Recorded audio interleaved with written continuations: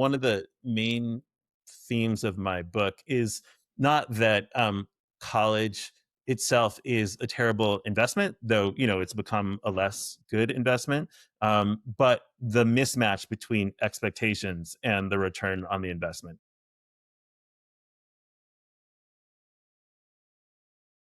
So, when you talk about that mismatch in expectations and this change in identity where young graduates increasingly see themselves not as future managers but as workers, how does that play out? I mean, historically revolutions have often been catalyzed by educated or aspiring elites who feel blocked from what they thought they were going to have. And when you talk about people having a radicalizing experience, how does this change society, politics, and especially as the path toward unionization is an answer, but not an easily achievable one, and maybe not a complete answer. Yeah, great question. So I think you may be alluding to the Peter Turchin thesis, the overproduction of elites, Yeah. and he's got this fascinating book about this, where he looks at revolutions across history. I mean, the Russian Revolution in particular is fascinating because you get all these children of aristocrats who are very well educated, and there's just not enough jobs in the administrative state, to absorb all of them, and so you see the effect that that has on the revolution. Yeah, it is. As I say, it's a hugely um, destabilizing and politically disruptive force. We're just seeing it pop up in a variety of places, and no one place is the place that's going to be kind of the safety valve to absorb it. As you say, it's partly because of the way labor law works in the United States. It's very difficult to unionize, especially if your employer opposes it, and most employers do. So polls typically show that, in the upper 60s to low 70% of Americans support a union.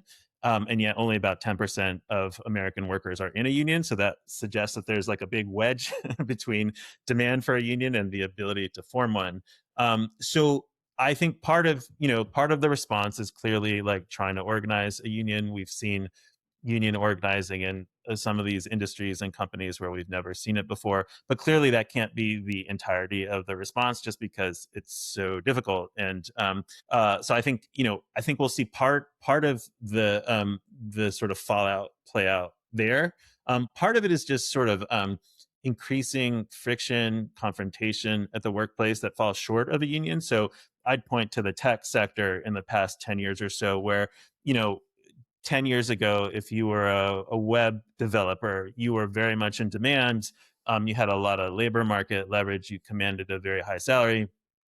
Over the past 10 years, that job has been increasingly commodified. And so now that it's really a buyer's market rather than a seller's market. Web developers, just don't command the same salary. The job openings are not as available. You can hire someone in Poland or Ukraine to do the job as easily as you can if they're working in the San Francisco area.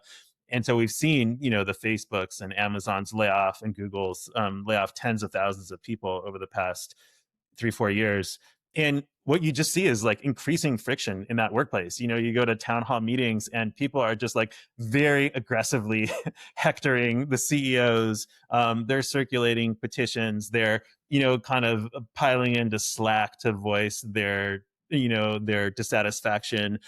So I think you're just going to see a lot of kind of turmoil, a lot of confrontation that's short of unionization in the workplace, but just much more friction than we're used to seeing. And then the third realm, I think, is just the political realm. I mean, you can't look at, say, the results of the mayor's election in New York City. Seattle also had a recent mayor's election where they also elected a socialist candidate. Clearly there's like a lot of very mobilized, very frustrated young college educated folks voting for these candidates. And a generation ago, the college educated were not voting for socialists. They were to the right, far to the right of the kind of typical voter with only a high school diploma.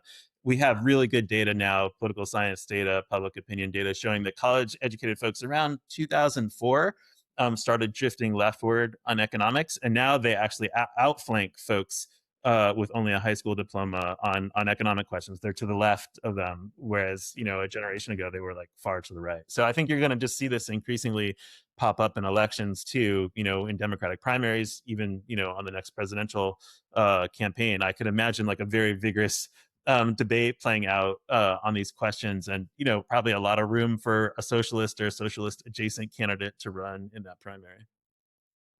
But rather than the theory of overproduction of elite, I prefer your version of sort of the inflated expectation that got deflated, especially when I think people feel cheated. And let me give you a financial example. In Hungary, one of the things that brought like a radicalization to the right of the population is that before the financial crisis, a lot of people were taking mortgages in euros rather than in the Hungary forint.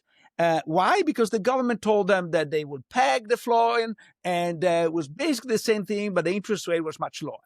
And then, surprise, surprise, the government decided not to peg the forint anymore. So all of a sudden, your mortgage increased 40, 50% in value. And the government did not feel any responsibility of doing anything.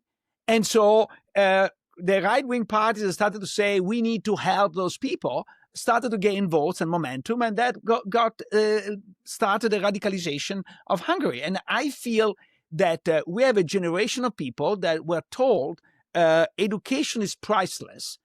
You have to get every education possible. And by the way, let me offer you here a loan that, unlike other loans, you cannot default on. Right. So that basically the lender has no responsibility of trying to figure out whether it's appropriate for you. And then they realize that they got cheated, and surprise, surprise, they're pissed off, and they're right to be pissed off. And honestly, I have to say that part of the people they should be pissed off with are the universities, because we're part of a system that actually says the education is priceless and you have to take it no matter what. I think that's right. I mean, that is the main kind of story I try to tell. Though I think there's something to Turchin's thesis, but I think you're right. I mean, if you look at the rhetoric coming from the very top down, Bill Clinton in 2000 gave this graduation speech saying, the historical rate of return on a college investment is nearly twice the rate of return of the stock market historically. And this was in 2000. We just had this crazy run up in financial asset prices. So, Clinton obviously made it a mantra. Barack Obama over and over again would say, a college degree is a necessity. It's not a luxury. And then, yeah, obviously people internalized this. They stretched financially. And, so it's natural to think that when you've done what everybody from the president to your parents, to your high school guidance counselor on down has told you to do, and then you get that degree and you come out and suddenly the best you could do is a Starbucks or an Apple store, you're going to be pretty upset about it. So I think that's exactly right. And I think the other thing that's interesting here is you also had a kind of parallel trend in a sort of degradation and de-skilling of certain jobs that didn't require a degree, but which used to absorb a lot of college grads. So we used to have people, who did kind of, white collar jobs, but not degree requiring jobs, insurance agent, real estate broker, certain types of financial advice, a whole variety of jobs that were like pretty good paying jobs. So they were kind of like a safety valve. You went to college, you didn't get a job as a software developer or as an accountant, but you got a kind of slightly less skilled adjacent job.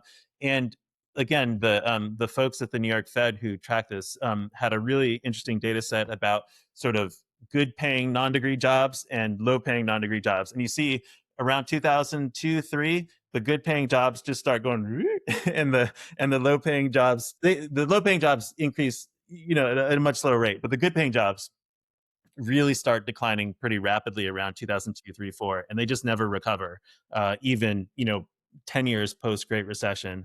And so that kind of safety valve, which I think had been very helpful in keeping these frustrations in check, when that disappears too, suddenly all bets are off.